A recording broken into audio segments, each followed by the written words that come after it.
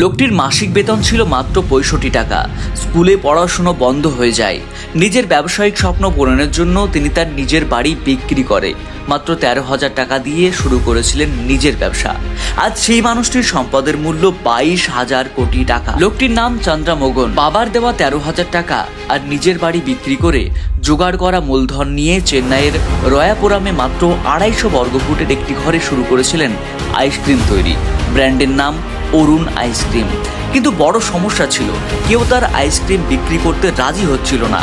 তাই তিনি অপেক্ষা করেননি, ১৫টি ঠেলাগাড়ি ভাড়া করে নিজেই রাস্তায় নেমে পড়লেন। এই সিদ্ধান্তই বদলে দিল তার ভাগ্য। এরপর তিনি বুঝলেন শুধু আইসক্রিমে হবে না, তাই দুধ, ঘি, মাখন, দই একের পর এক পণ্য বাজারে আনলেন।